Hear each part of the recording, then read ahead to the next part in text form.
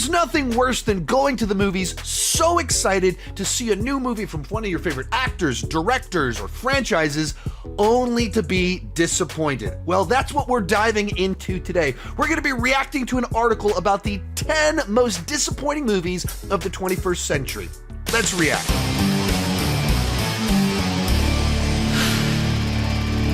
While I'm talking, be sure to join me down below in the comments section.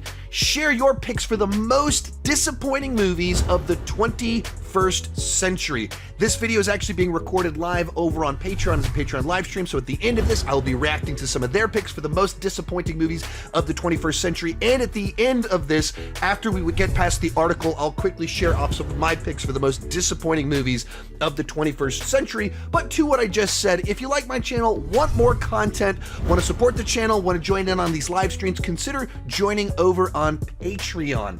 At as little as $2 per month, like $21 per year, you can gain access to all the live streams. There's Q&As, there's these reaction times, there's a box office show, there's other exclusives.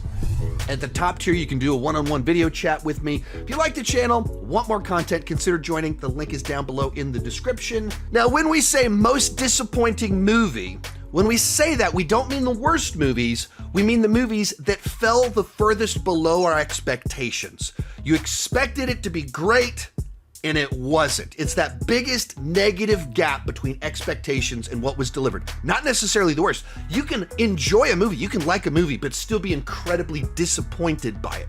Just have to clarify terms, and let's get started. First up on their list, they have Star Wars Episode 9, The Rise of Skywalker, and this is a pretty safe pick. Yeah, absolutely, this movie belongs on this list.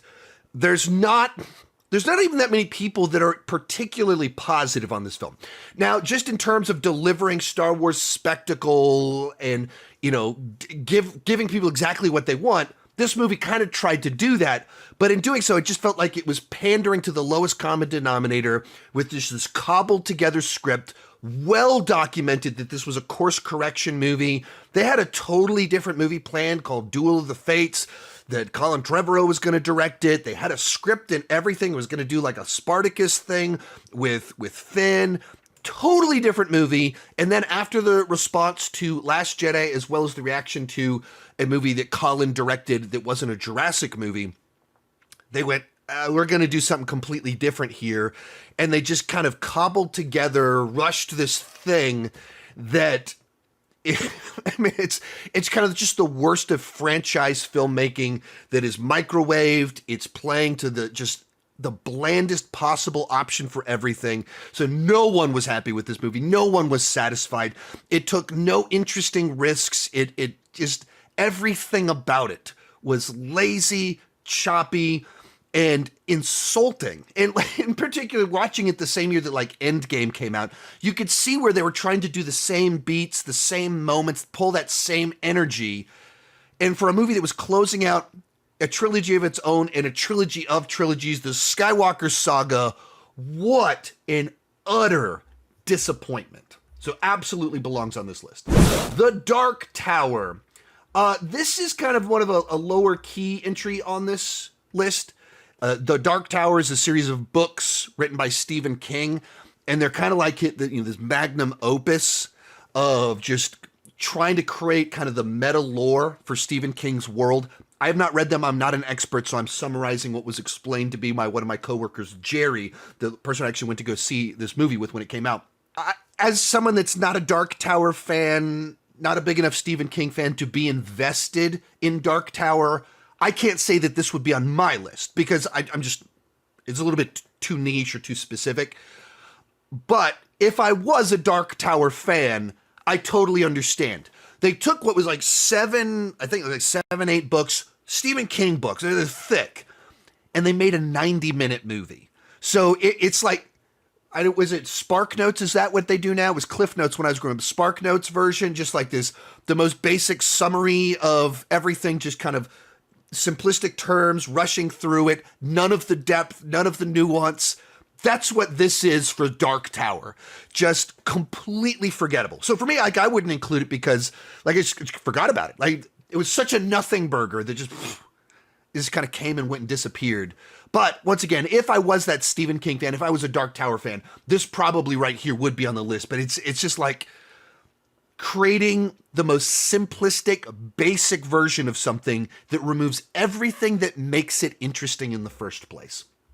Today's video is brought to you by ExpressVPN. So I just heard something pretty mind-blowing. Netflix has 18,000 titles available globally, but they only have about 7,000 titles available in the United States. You are missing out on thousands of titles unless you're using ExpressVPN. Netflix hides content from you based on your location, and ExpressVPN allows you to change your location so you can control where Netflix thinks that you are at. They have servers in 105 countries in all 50 United States, so you can gain access to thousands of new shows. Why should you go with ExpressVPN? First off, they have their lowest price ever. Plans start at just $3.49 for a month. That's just 12 cents per day. It's super easy to use. You literally just click one button to fire it up. One more click and you can change your location. Just to let you see what this looks like, if you go to Netflix in the United States, search for Batman, nothing comes up. You just fire up ExpressVPN. Let's move on over to Spain. Head on back over to Netflix, click for Batman again, and a ton of titles pop up. So be smart, stop paying full price for a streaming service only to get a limited fraction of the content. Get your money's worth at expressvpn.com/Chandler. Don't forget to use my link at expressvpn.com/Chandler to get up to 4 extra months of ExpressVPN. Number 8, The Hobbit: An Unexpected Journey. So with this one, I'm not super, I've said this many times before, like I'm not a Middle-earth mega fan or anything like that. The way that I love Star Wars, Marvel, DC is not the way that I relate to Tolkien and Lord of the Rings, things like that. So I didn't have the same investment in The Hobbit when it came out that a lot of other people had. But generally speaking, I would share these sentiments, or I would be like, yeah, this one makes a lot of sense. I mean, after they completed the trilogy, there started being discussions which prequel trilogy was worth, the Star Wars prequels or the Hobbit. And I think I'd much rather watch the Star Wars prequels, and the Star Wars prequels I feel like have improved with age, whereas the Hobbit movies just feel like they continue to be like, I just don't want to go back to that. And maybe it's some of it's, I'm just not a big enough Lord of the Rings fan, big enough Tolkien fan to want to take a book shorter than any of the books in the Lord of the Rings and just expand it into this 9-hour version. That just doesn't appeal to me. I mean, they literally, it doesn't, when you do that, when you're just inherently padding it out and kind of missing the breezy nature of the book, The Hobbit, by trying to convert it into another Lord of the Rings epic, which is not what The Hobbit is. So I'm not as invested that I would say this, but totally agree with it as a pick because I know a lot of other people would feel that way. We got Spider-Man 3, and I'll say this, Spider-Man 3 has grown on me a lot over the last several years for a few reasons. One of them is just in a landscape where I feel like we have a lot of very just bland, lifeless comic book movies that they check all the right boxes. They have all the appropriate spectacle and jokes, but they just feel so corporate. As flawed as this movie is, it still feels like a Sam Raimi movie. It still has the heart. I think they were just kind of running on a little bit of creative empty. So for that reason, this one has kind of warmed up on me a little bit. Also, my son loves this movie. So when you're able to watch it with someone that just loves it, you're able to kind of connect on a better level than maybe otherwise. So I'm quite a bit friendlier to this one than I was even just a few years back. I did do a video on my most disappointing movies of all time. Spider-Man 3 was on the list. And in a lot of ways, even with my kind of warming to the movie over time, it still is easily, by far, the weakest of the Raimi trilogy. that I personally put Spider-Man 1 as the best one. I love origin stories, and he has one of the best origin stories. And I've got a couple of issues with Spider-Man 2. But Spider-Man 2, outside of a couple of issues, is also just phenomenal, like top of the genre, very Raimi, very Spider-Man, and from an era where they were still figuring it out, but they got Spider-Man right. In the Spider-Man 3, they're running on empty. They repeated some ideas. They included some just ideas that just didn't translate or came off way too corny, too cheesy, have dated it. And so it is a very disappointing film in a lot of ways. So I don't know if I was making my list now if I would include it on there anymore. But when I did make a list a few years ago, it was on there. Number 6, Terminator Dark Fate. And here is where I'm going to start getting controversial and pushing back. I was not disappointed with Dark Fate. Now, I've been fighting with people about this for 6 years. I've had this conversation a million times in the comment section. I'm a Dark Fate fan. I think it is the best Terminator movie since Terminator 2. Now, I think Terminator 1 and 2 are, A+, best of all time, and then big gap, and we got Terminator Dark Fate. But I enjoyed Dark Fate when I first saw it in the theater. I enjoyed it when I rewatched it. And it's like so many people, I had so many conversations about it of people like, what, Sean, you hate Alien 3. How can you like Dark Fate? Well, it's not exactly the exact same situation because John Connor did stop this and delayed this and changed this, and doesn't mean other threats won't happen. And so he accomplished his purpose just through different means. He still was the savior that saved us from the Cyberdyne apocalypse. That did happen. I, as someone that does not like Alien 3, of course, am able to understand why people would immediately reject this film based off what they do at the beginning of the film. I can completely understand it. That is just not my experience with the film. The way that I see John Connor's purpose in the lore and what they kind of do with that, I think is interesting. And what they do with a Terminator that is there for 30 years and how they age him and stuff like that. That's interesting. There's just a lot of those little details that just kind of went, oh, that's fun. I kind of like that. So I'm a Dark Fate defender. So for me, I don't think it belongs on this list. Not surprised other people have it on the list, but, I would, I'm a defender. Number 5, we have Halloween Ends. Without question, pretty quickly, yeah, totally agree with this one. Halloween Ends was a massive disappointment. And there's a few different things kind of related to that. But ultimately, I think they just had a movie that had an identity crisis. It couldn't decide if it wanted to be a story about Corey Cunningham and the way that Michael Myers' slaughter just destroyed a town, city, and it kind of corrupted the whole thing, and that spread, and it turns toxic for this other person. Couldn't decide if they wanted to make that movie or if they wanted to make a movie that was the final showdown between Michael and Laurie Strode. They couldn't decide which one it was going to be, and so they did kind of this halvesy movie that I think ultimately failed both of those premises. If you go to this movie to be a Michael Myers film, you will be very disappointed because he's just chilling in the sewers for an hour and 15 minutes. A nerdy band kid, a guy that gets beat up by nerdy band kids, a grown man beat up by nerdy band kids, beats up Michael in the sewers. And steals his mask. Who wants to watch a Halloween movie about that? Not me. And then at the end of the movie, all of a sudden, it's like we do a showdown that feels like it kind of comes out of nowhere. But for that same reason, if you did buy into, we're going to do a version of Christine in the Halloween world with this Corey Cunningham character, if you were in it for that, before we move into the third act, we just end that plot line and just chop it up. Like we spent the whole movie building that up. Nope, just kidding. It's back to Laurie Strode and Michael Myers showdown. So just a movie that was so much at odds with itself. Like they couldn't pick a direction. And I think that's because after 2018, they're like, oh, we've got 3 movies. We've got this great idea and we're going to do this. We're going to do this. We've always had this vision. And then you watch the movie and it just felt like they were making it up as they went along and changing it. It just felt dishonest. And that never plays well when you do that. So absolutely, I think Halloween Ends is an enormous disappointment of just, and I think there's a way you could have made it good. you make the last 10, 15 minutes of this movie the end of Halloween Kills. So you have, like, Michael actually gets defeated by the town in Halloween Kills. Like, that's what the end of this movie feels like. It should be the end of Kills.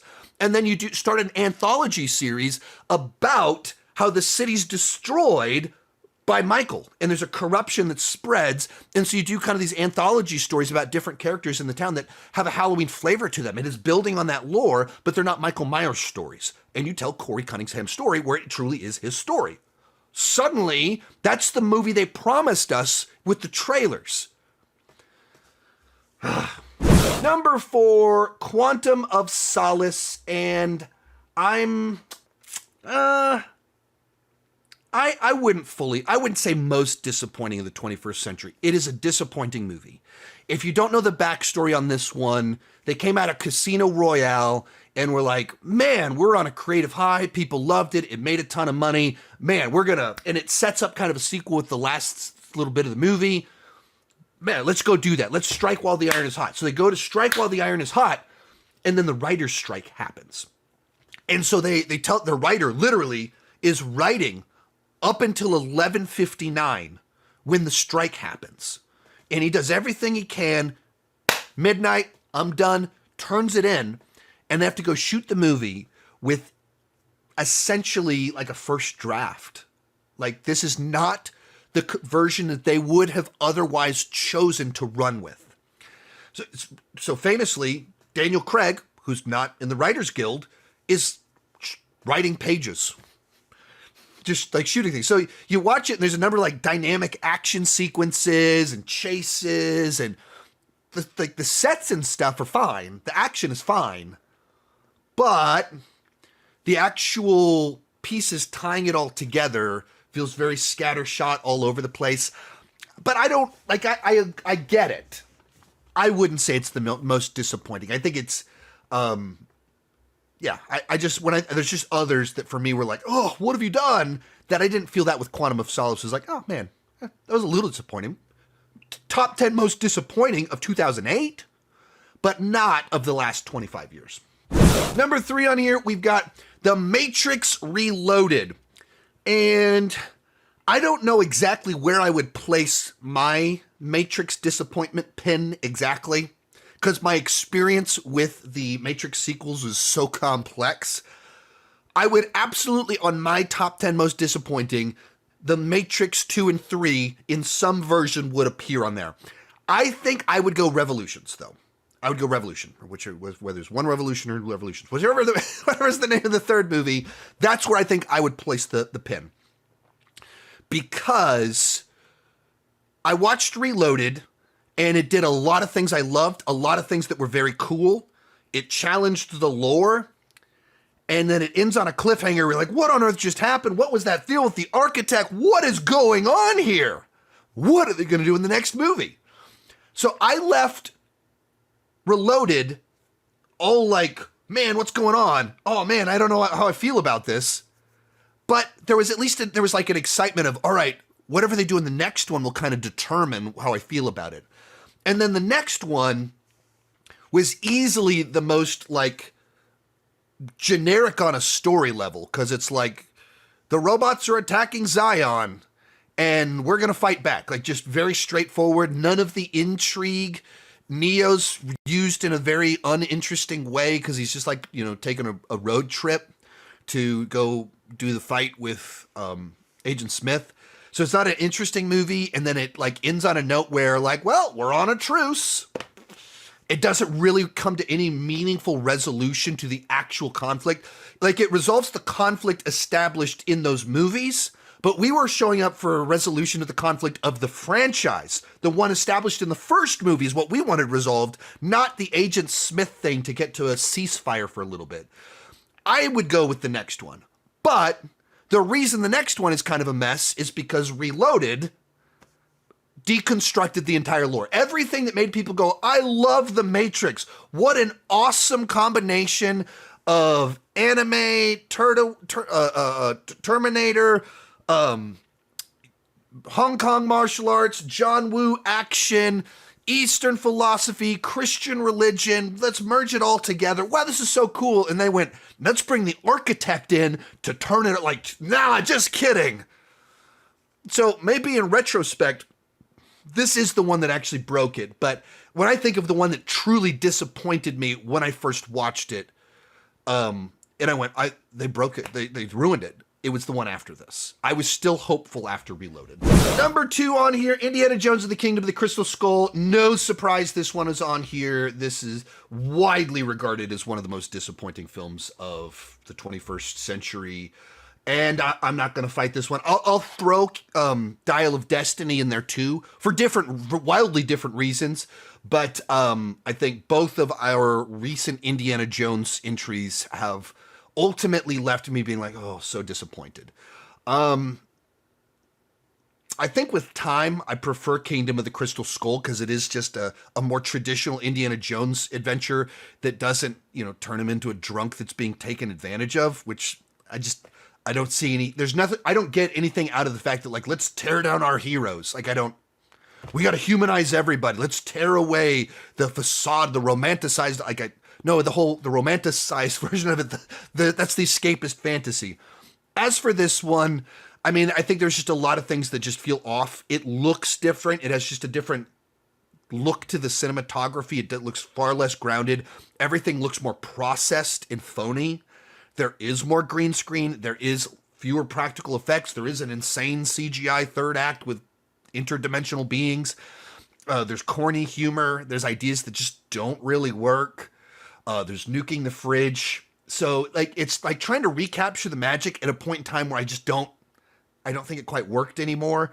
I think even some of it is that if you rewatch the first 3 Indiana Jones movies, there's just a little bit of that edge to it that when you're 60 years old, you're 60-year-old Steven Spielberg, you've sanded off some of those edges. Remember, this is like, there's a point in time where Steven Spielberg edited E.T. to remove guns from police officers. So they were holding walkie-talkies instead of guns. He edited. That was his special edition of E.T. And that's just kind of someone getting older and losing some of that edge. And so you watch some of the Kingdom of the Crystal Skulls, a little bit of an older Spielberg, and there's just a little bit of something that's kind of missing. We're doing CGI, and so just the pure formula for Indiana Jones, throwback, practical, serialized adventures, gets lost in 21st century slickness. Final one on here, Prometheus, 100% agree. Absolutely agree that Prometheus belongs on this list. As someone that adores Alien and Aliens, when we found out Ridley Scott was coming back to do another movie in that universe that was kind of a prequel of sorts, this sounds amazing. And, first true Alien franchise movie in 15 years. We had Alien vs. Predator, but those are kind of their own thing. So it's been 15 years since Alien Resurrection. Some issues with that one. Alien 3, some of us got issues with that one. So, it's been almost 30 years, 25 years since the last, awesome, great one. And Ridley Scott's coming back. Man, this thing's going to be amazing. And it just wasn't. And the trailers looked awesome. And the movie still looks, visually, it is a great looking, not so great film. That it's a film that can't decide if it's an Alien prequel or if it wants to be its own thing. It has such a convoluted lore of there's the goo, there's the worms, there's all these different pieces in it. So it doesn't add up to something that kind of where there's people transforming into monster things. There's so much kind of going on that it doesn't have a clean life cycle that you can easily understand exactly what's going on. The actions of almost every character make very little sense. There's just so much stuff in it that it's just so stupid that for a movie that's trying to be high sci-fi, tackling, concepts of how did we end up on Earth and meeting our makers. It's handling all of these very lofty concepts, but with a movie that just feels pretty dumb.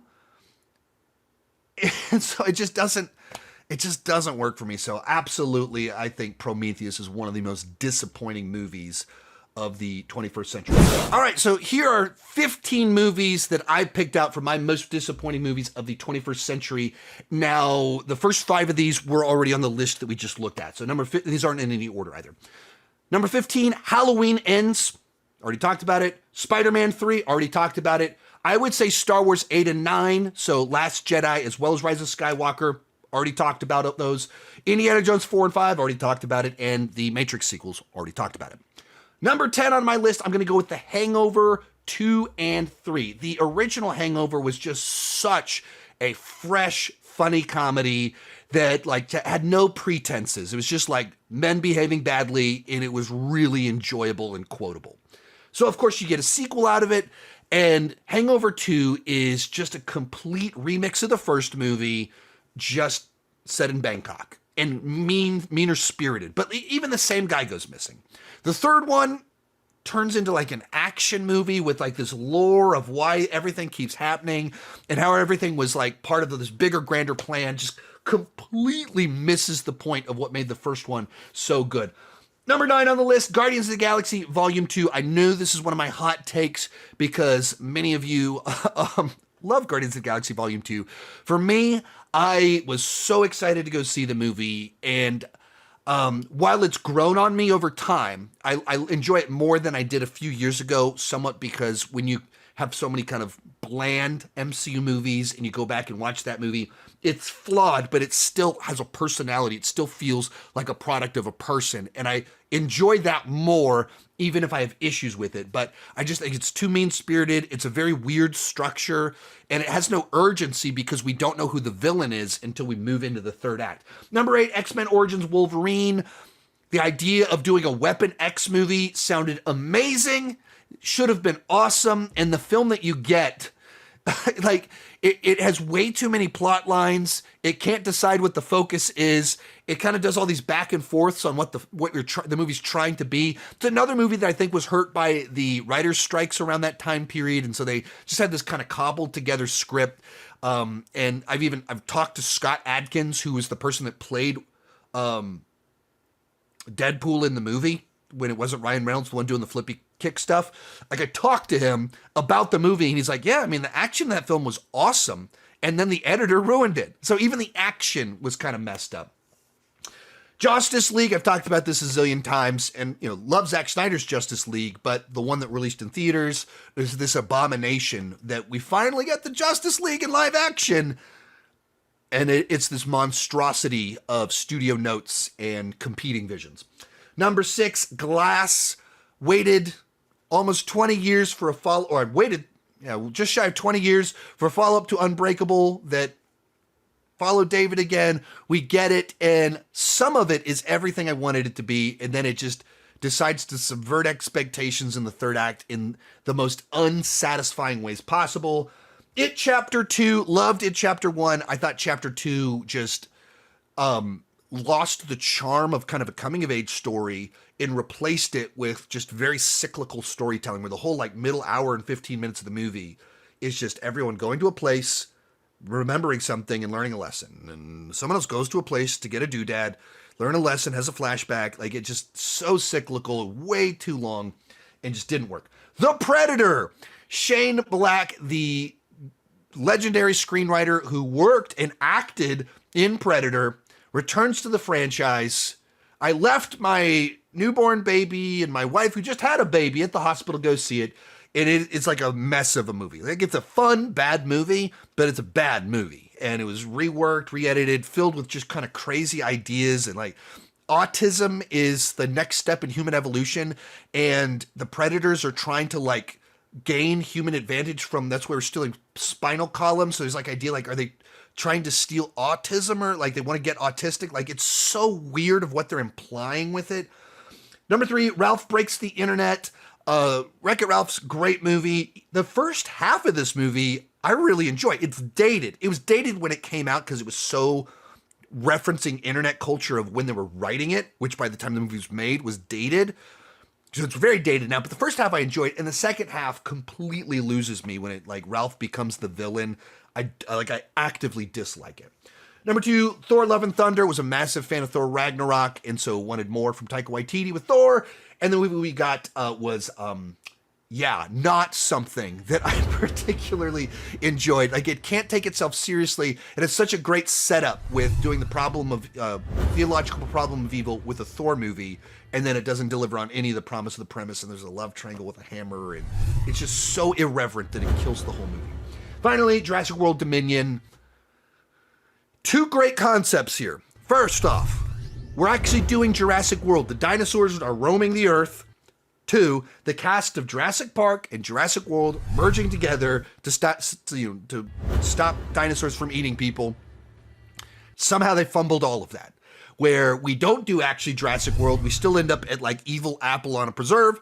So not all over the world in places that are common to normal people. We still are going to an exotic location far away from lived experience of the people watching the movie, which completely ignores the premise of the film.